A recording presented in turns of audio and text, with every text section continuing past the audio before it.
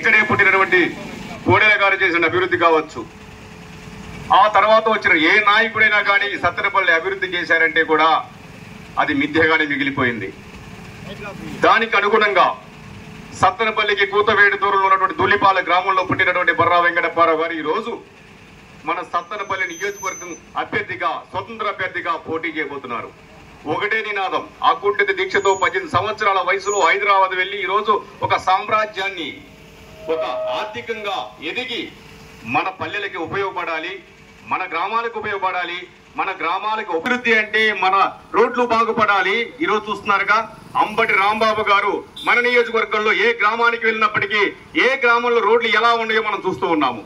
ఈ రోజు స్వతంత్ర అభ్యర్థిగా పోటీ చేసినటువంటి ధూళిపాలెం నుంచి వచ్చినటువంటి మన బొర్రా వెంకటప్పారావు గారు మన స్థానికుడు.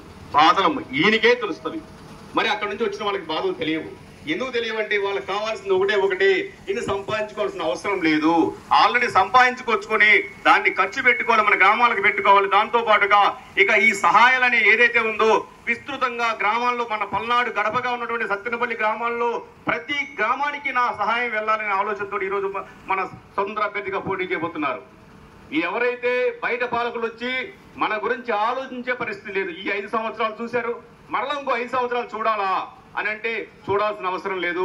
మనవాడు మన ముందుకు వచ్చాడు. మనకి రేపు ఏదైతే స్వతంత్ర అభ్యర్థిగా నేను నామినేషన్ జరిగిన తర్వాత రేపు ఏదైతే మనకి గుర్తు వచ్చిన తర్వాత మన గుర్తు తెలుసుకొని మన బొర్రా వెంకటప్పారావు గారిని, స్థానికుడైనటువంటి మన ఇంట్లో బిడ్డగా ఉన్నటువంటి బొర్రా వెంకటప్పారావుని గెలిపించుకుంటే మనమందరం గెలిచినట్టే.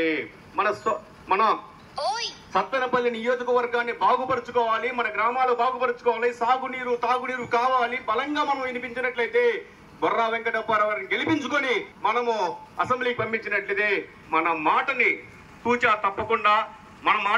తప్పకుండా ఈ ఆంజనేయ స్వామి గారి సాక్షిగా పల్లెల్ని బాగుపరుస్తారని మనస్ఫూర్తిగా కోరుకుంటున్నాను. ఇప్పుడు మీ తరపున, మన సత్తెనపల్లి ప్రజల తరపున బొర్రా వెంకటప్పారావు గారు మాట్లాడాలని కోరుకుంటున్నాను.